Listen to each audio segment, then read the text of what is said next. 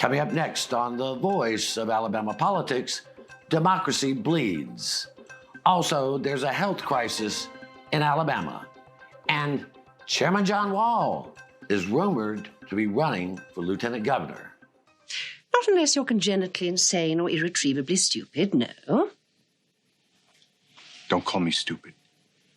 Hey, I'm not calling you stupid, but I'm just saying, should you really run? All this and much, much more coming up next on The V.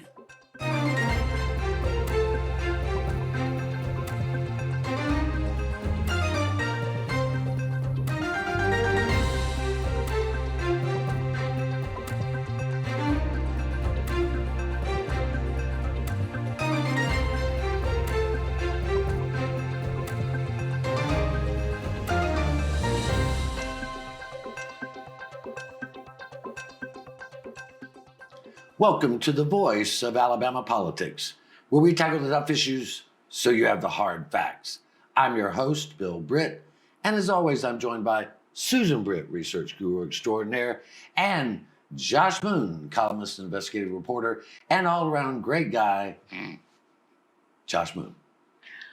Thank you. Hey. Man, the money I paid you for these intros is really paying off. And it should be, and it's all going into Andy Lou's college fund, as a matter of fact. Yeah. Just a week or so ago, a tragedy occurred in Minnesota where a man dressed as a police officer murdered the former Speaker of the House, Melissa Portman, and her husband. Also shot another lawmaker and his wife. Mm-hmm. And it rang out for about 2 news cycles, and then it was gone.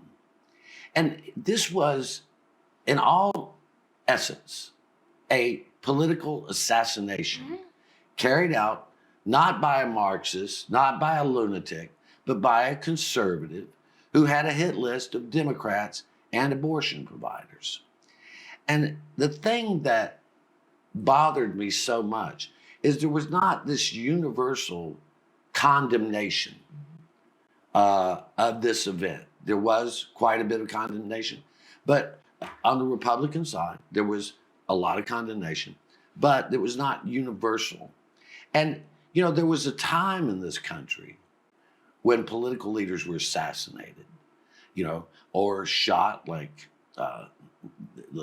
Solis and the Republican and Gabby Gifford, Democrat. There was outrage on both sides about these events, but there was mockery. There was online mockery. And this is not just a coarsening. This is a calcification of the divide in this country where not a madman, but a man who methodically planned a political assassination, carried it out, and there's no outrage to speak of. We've become completely numb to it. It's such an everyday thing with shootings, political shootings, school shootings, all of this. And then when you throw in January 3rd on there and all of those people got pardoned. January 6th? January 6th, I'm sorry. All of those people got pardoned for the horrendous things that they did. Where does that leave a person to think anymore? I mean, it's become so much a part of our culture that people just go, oh, okay. But Josh, we've seen this before. The script is old, but where the opponent is called vermin, they're called diseases, they're called traitors. I mean, during the Rwandan genocide, the media got on radio and called the Tutsis, rats. Vermin. Right. Same thing with the Jews and the Nazis. Yeah, and I think that plays, what you're talking about kind of plays into what we have here, because I don't know if it's necessarily the fact that we have become immune to these sorts of things, because I think there was still outrage and shock and stuff about it. But what the folks on the right have figured out pretty quickly, you saw it within minutes of this happening, is that the disinformation is as powerful as the information, as the accurate information on this. And so within minutes, we had Tim Walz had appointed this man to a bipartisan committee, and the guy, he was probably mad at Hortman because she had voted with Republicans against giving illegal immigrants welfare, and I mean, these things spread like wildfire through there, to the point that you had Mike Lee, who is an absolute, utter, disgusting human being and a piece of garbage, posting things about this being a Marxist and a nightmare on Wall Street, and it's just, I mean, just an absolute clown of a person, regurgitating this sort of stuff. And then you have another garbage human being in the president saying on the plane that he's not going to call Tim Walz. And because he's a joke of a human being, and turning it into a political matter even more so. And when you have that sort of thing happening, that's what it gives you the calcification that you're talking about there. That's the sort of rhetoric and the sort of turning of the media and the media machine into a disinformation campaign that just spins this thing out of control and puts people where it's, these sorts of things aren't necessarily okay, but they explain it. Well, and this plays right into the next topic we were going to cover, is talking about the No Kings, No Tyrants protests that occurred a week ago. And that was all about saying we fought a revolution in this country against kings and a tyrant. And we denounced them in the Declaration of Independence. I mean, it calls King George III unfit. And look, you can love President Trump, you can hate President Trump, but it is, I can't talk to a reasonable Republican that has not told me that they wish he would stop flaunting the law and stop acting like he's above the law, because that's what kings do. And that's what part of this protest was about, an authoritarian regime, authoritarian takeover of government. It is, you see it with Republicans who are too afraid to stand up and say, Mr. President, we're not going down that road. We're just not going. They are terrified of one thing, losing their job, because if he goes against them, they can't win the next election, they think. And Susan, this is not the way the country is supposed to run. The president was supposed to be the weakest part of the government, really. Right, and you put it very well this week when you said we're trading in red coats for red hats. It's become such a movement that it's okay whatever he does, whether he has his military parade as though he's a dictator or he acts as though he's a dictator. They're just accepting this. And as we were talking before this show, nobody has any guts to stand up against him because of the afraid of what they're going to lose. Yeah. Now, I can understand that to some degree, but I just can't be dishonest in and denouncing things like a military parade. Well, and it's disobeying court orders and things like that are scary. Josh, I've not talked to a single business Republican, pro-business Republican, that likes what's going on. Now, they really not showed up at these rallies, but it's not unusual for them to say in private, this is not what we want. Yeah, no, it's in private's the key. Yeah. In private is the key. And listen, I thought the protests were nice. I like the signs. I like that, a lot of the energy is kind of laughing through the pain type thing. But at this point now, all those people that came out, and there were millions across the country that came out, there needs to be some organization of that. And there needs to be some people that take this thing seriously and start to push back against this stuff at the polls. And we stop just marching in streets and actually march to polls and make some changes, because that's the only thing that's going to counter the crazy is the sanity. That's right. Okay? If the sanity of people going and voting for sanity. All right, we're going to have to leave it right there. You're watching the voice of Alabama politics. We'll be right back.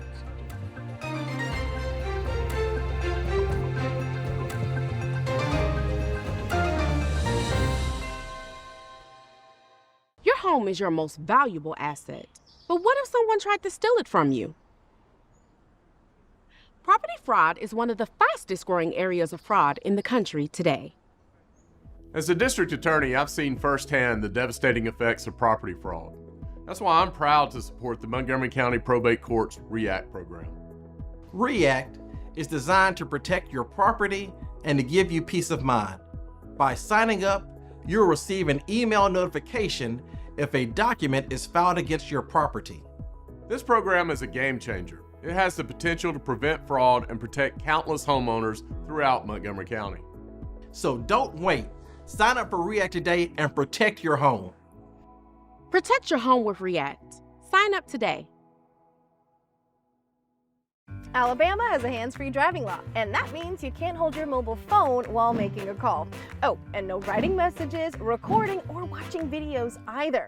Plus, you can only use a single button or swipe of a finger to answer a call. So what's a driver to do?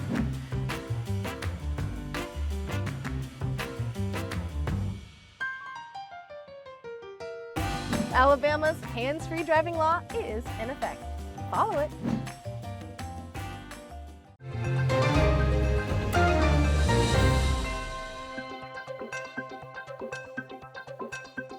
Welcome back to the voice of Alabama politics.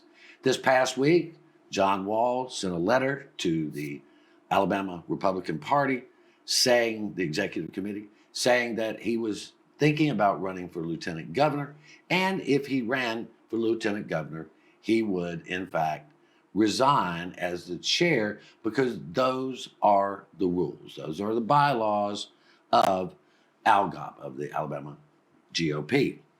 However, Josh, the very next day after he sent out that letter, a group of folks in the executive committee sent out a petition to change those very rules to allow John Wahl, actually Nehemiah has Ezekiel Wahl, which is his real name, to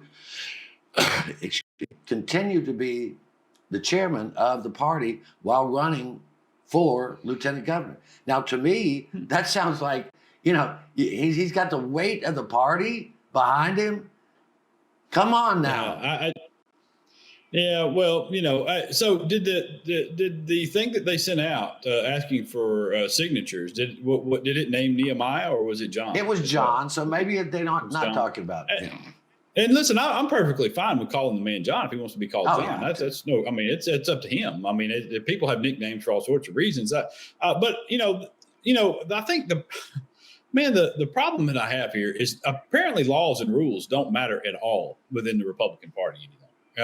And I wrote a column about this week. And I mean, you start looking at the list of things. First you have John Wahl with the voting and registering to vote apparently under a name that's not his legal name as John Wahl, while he's registered to vote in another state as Nehemiah Ezekiel Wahl. And then you have the situation with Tuberville living we believe that he lives in Florida and can't meet the residency requirements. We're just going to gloss over that. We have all the things that have gone on within the party in the last few weeks. And they're just going to change bylaws for this and bylaws for that. In the meantime, they're telling Bruce Pearl that he can't get on the ballot he probably can't get on the ballot because he once gave $1,000 by way of a pro-Israeli PAC to Shamari Figures, who's a Democrat, and another Democrat in North Carolina, all for Israeli relations.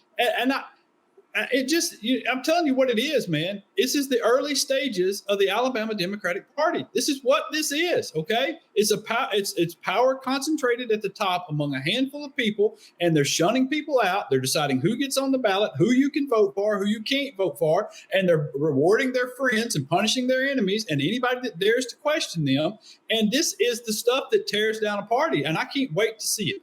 Well, and if they're not going to follow their own rules, Susan, they're going to change their own rules. How is this a Republican Party any longer?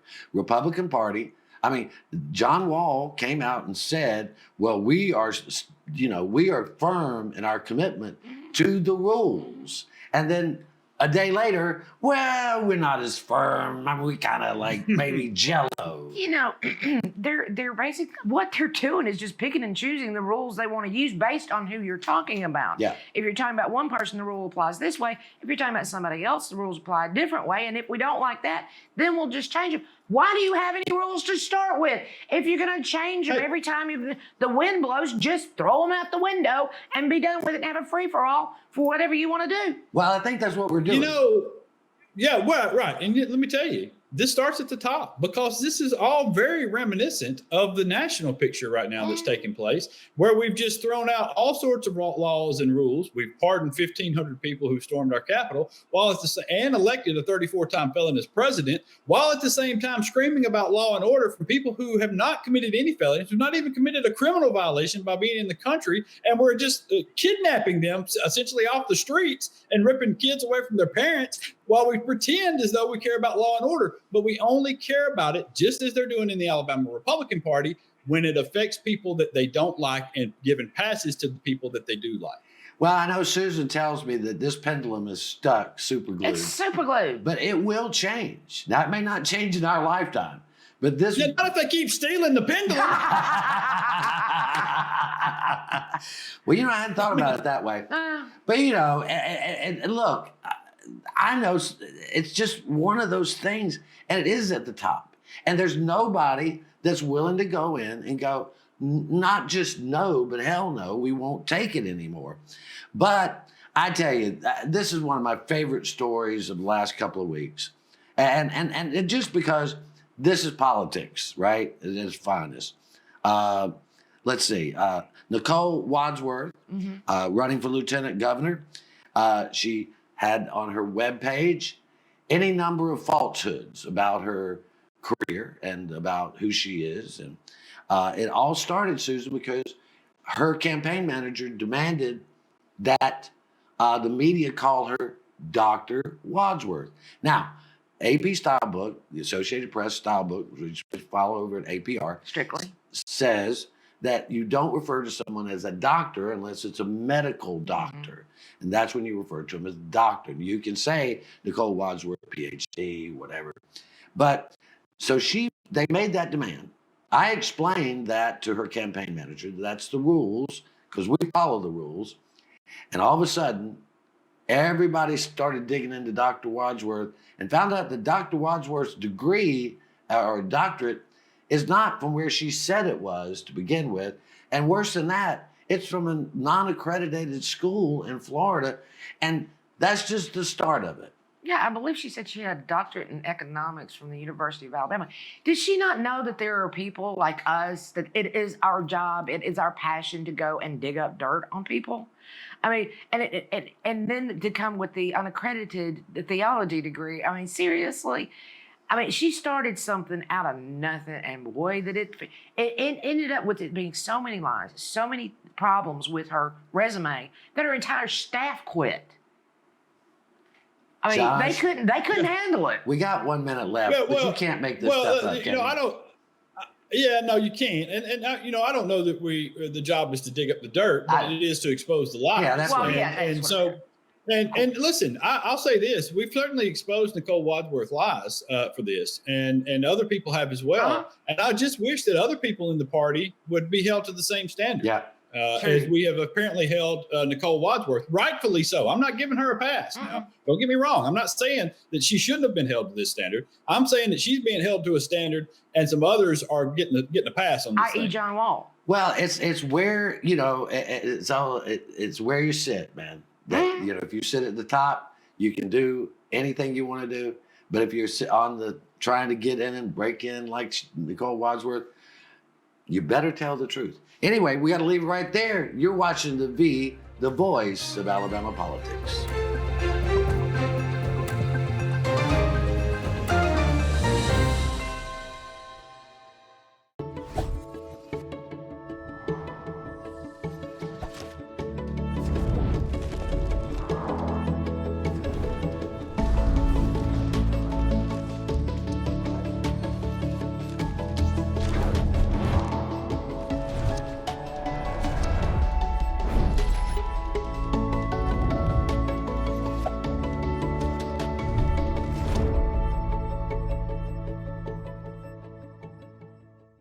Alabama has a hands-free driving law, and that means you can't hold your mobile phone while making a call.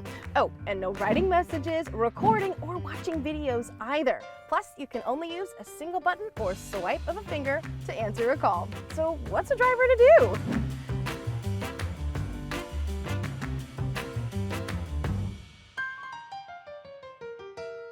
Alabama's hands-free driving law is in effect. follow it.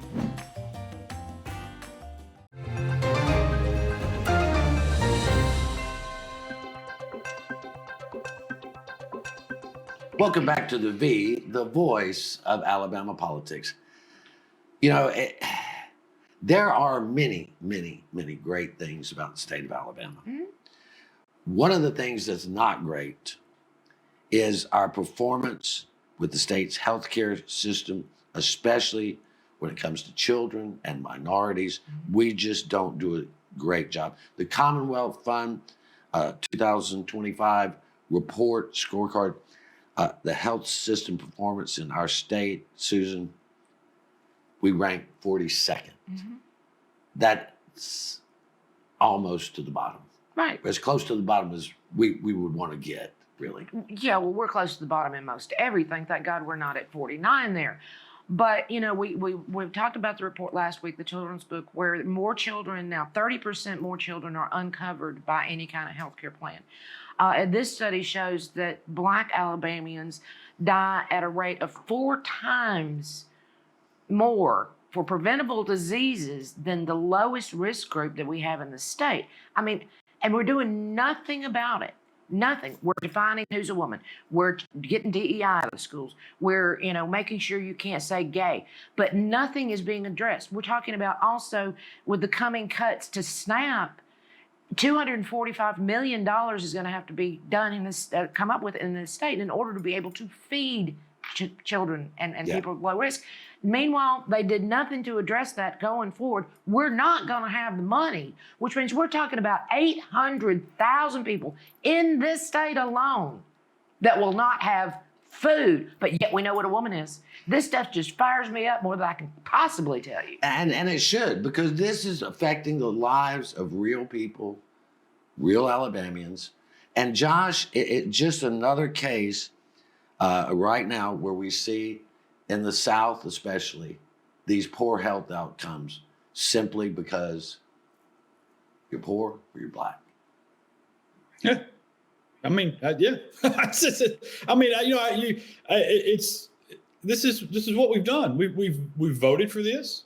We've chosen this. People have routinely voted against their own interests, and people so often equate voting for your own interest as some kind of financial outcome. Right. No, this is voting against your own interest. When you voted for these people who told you that Obamacare was terrible and awful and we could never expand Medicaid under Obamacare because it was Obamacare and Obama, then this is what you voted for. You allowed that partisanship, that whatever was in, whether racism or you know, the what political party or whatever. That's what you voted for. And now we have this mindset here of doing these things, and we're not doing anything about them. The people who vote for the folks that lead this state have routinely voted for the people who define what is a woman, and protect children from library books instead of actual diseases and things that are killing them. You know, this is what we've done, and we have the power to change this. We have the power. You do it every 4 years, every 2 years, you go to the polls and you have the power to make changes and to demand of people that they put in place things that protect all of us, and that you don't do it. Other states, let me tell you something, for everyone that we're ranked 40 or worse, somebody's ranked number 1. Yeah. And what are they doing that we're not doing? And that's a big question. Another thing I want to get to here is this: there is a movement here, and well, we just celebrated Juneteenth on the 19th, and I hated to say this, but this is the first time in Alabama's history where we have a law that actually celebrates the liberation of Black individuals. Mm-hmm. I mean, we just celebrated the oppressors, you know, Jeff Davis's birthday, Robert E. Lee's birthday. We celebrate the oppressors, but we finally have a holiday where we celebrate the freedom of the oppressed. And I was very happy about that. But in conjunction with that, there's been ban, which has been put together by a coalition of individuals. I can't remember the name of them now. But what they're doing is they're fighting back against this suppression of Black history. You know, part of the bills to control libraries, we often think about all the books that they claim are groomers and books that are about sex and all that, but it also is about books that are about Black history. They're trying to suppress what really happened. I know I wrote something the other day, and somebody wrote me back and said, well, why do you have to bring up such a horrible time like Jim Crow in Alabama? I said, because we still have its legacy. And if I don't remind you of it, you'll keep thinking it's okay to do it. You know, the old saying, if you don't know history, you're doomed to repeat it. It's never more true than now. I mean, look at what Jim Crow was, look at what slavery was, and look at where, you know, we're fighting the redistricting to try to keep down to keep up voter suppression in the Black districts. It's the same old thing, just over and over again. And if you ignore it, if you don't keep reminding people, it will just get worse than it already is. I mean, Josh, you have written these things like I have, and you've preached to the choir a lot. But I mean, you know, when they have to get an organization together that's fighting the suppression of banned books and banned history, you know we're in some serious trouble. Yeah, well, we are, and it's a concerted effort. I mean, there are some people who are pushing these sorts of things because they know that they rely on racism and division to win votes and to win elections. And if you don't have it, if you have an accurate history taught and you come to some understanding of the plight of Black Americans, the plight of Hispanic Americans, the plight of Asian Americans in this country, the plight of Native Americans in this country.